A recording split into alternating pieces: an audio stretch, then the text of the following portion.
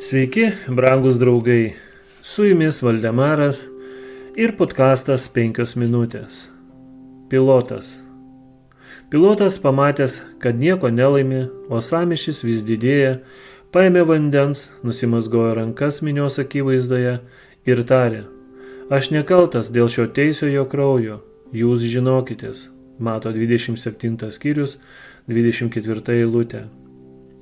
Jei nuo pat pradžių pilotas būtų tvirtai stovėjęs, atsisakydamas pasmerkti jo supratimu nekaltą žmogų, jis būtų nutraukęs lemtingą grandinę, kuri turėjo surakinti visą likusį gyvenimą sąžinės graužaties ir kalties pančiuose. Jei jis būtų įgyvendinęs savo teisingus įsitikinimus, tai žydai būtų neišdrįsę jam nusidėti. Kristus būtų buvęs nužudytas, tačiau pilotas nebūtų buvęs kaltas dėl jo. Bet žingsnis po žingsnio pilotas priešinosi savo sąžiniai. Jis nesistengė teisti teisingai ir bešališkai, kol galiausiai pasijuto esąs bejėgis kunigų ir valdovų rankose. Jo abejojimas ir nesugebėjimas apsispręsti nulėmė jo žlugimą.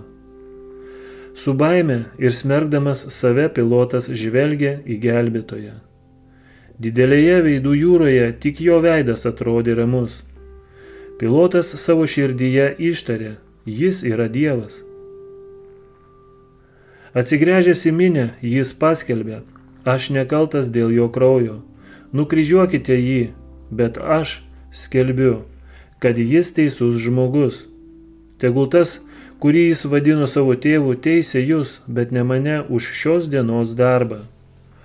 O Jėzui tarė: atleisk man, aš negaliu tavęs išgelbėti. Pilotas stengėsi išvaduoti Jėzų, bet pamatė, kad negali to padaryti ir išlaikyti savo vietą. Kad neprarasti savo žemiškosios valdžios, jis paaukojo nekaltą gyvybę.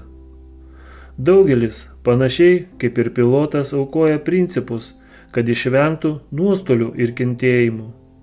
Sąžinė ir pareiga nurodo vieną kelią, o savanaudiškumas kitą. Pilotas pasidavė minios reikalavimams. Vietoje to, kad surizikuotų prarasti savo pareigas, jis atidavė Jėzų nukryžiuoti. Bet tai, ko jis baiminosi, ištiko jį. Neilgai po nukryžiavimo jo garbė buvo nuplėšta. Jis buvo išmestas iš aukštų pareigų ir kamuojamas sąžinės graužimo bei sužeisto išdidumo baigė savo gyvenimą. Visi, kurie nuolaidžiaus nuodėmei, susilauks tik liūdesio ir žlugimo.